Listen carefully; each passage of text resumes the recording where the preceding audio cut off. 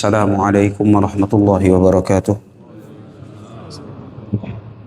Alhamdulillah, wassalatu wassalamu ala rasulillah wa ala alihi wa sahbihi wa man walah, wa la hawla wa la quwata illa billah.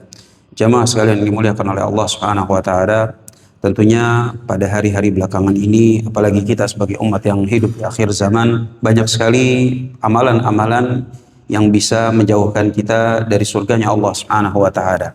Sehingga kita pun bertanya-tanya, kira-kira dari sekian banyak amalan yang bisa menghancurkan seorang hamba, apakah memang ada amalan yang memang dinasehati secara khusus oleh Nabi sallallahu alaihi wasallam? Maka dalam sebuah hadis kata Nabi sallallahu alaihi wasallam, "Thalathun muhlikat." Ada 3 amalan sebagai yang dia itu membinasakan seorang hamba. Maka yang pertama itu adalah fasyuhu al-muta, bahwa syuh itu adalah kebakhilan yang disertai dengan semangat. Jadi dia adalah seburuk-buruknya kebakhilan. Berbeda dengan orang yang sekedar bakhil, yang ketika diminta kemudian dia saya nggak mau ngasih, diminta nggak mau ngasih.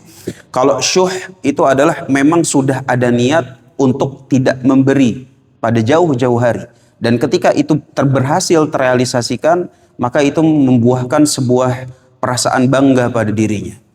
Makanya Allah subhanahu wa ta'ala pun menasehati tentang permasalahan syuh ini, wa uhdiratil anfusus syuh.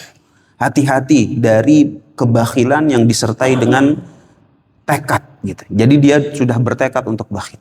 Makanya kata Rasul sallallahu alaihi wasallam, fasyuhhu muta', maka ini adalah hal yang pertama yang bisa membinasakan seorang hamba.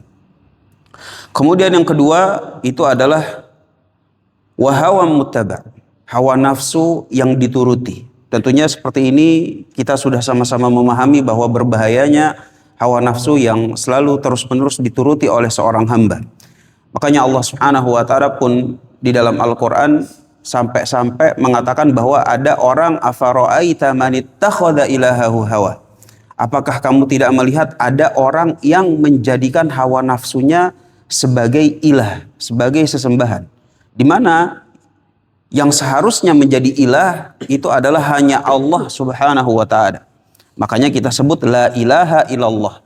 Tidak ada ilah kecuali Allah. Tetapi ada loh orang yang menjadikan hawa nafsunya sebagai ilah. Sehingga Allah subhanahu wa ta'ala seakan-akan memberikan gambaran ketika seseorang itu betul-betul mendatangkan setiap hawa nafsu yang kemudian ditaati, dituruti, dia layaknya telah menyembah hawa nafsunya.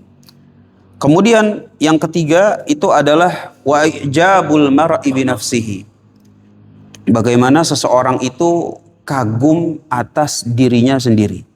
Kenapa? Karena memang kagum pada dirinya sendiri ini akan memunculkan rasa kibar.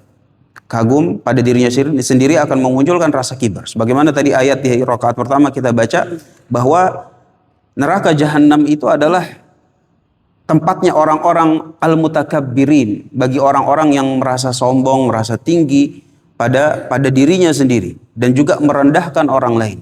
Sedangkan surga itu Allah Subhanahu wa ta'ala sebutkan dengan tilkad darul akhirah, bahwa kenikmatan negeri akhirat itu adalah naj'aluha lilladzina la yuriduna uluwan fil ardi wala fasada, bahwa surga itu kami jadikan bagi mereka orang-orang yang tidak menginginkan tinggi di dunia dan juga bukan untuk pembuat kerusakan. Wal aqibatu lil muttaqin, dan akhir yang baik hanya bagi mereka yang bertakwa. Oleh karena itu hendaknya kita selalu waspada dari tiga hal ini. Semoga Allah Subhanahu wa ta'ala mudahkan. Hada wallahu a'lam bishawab, wa sallallahu ala nabiyyina Muhammadin wa ala alihi wa sahbihi wasallam. Walhamdulillahi rabbil alamin. Wassalamualaikum warahmatullahi wabarakatuh.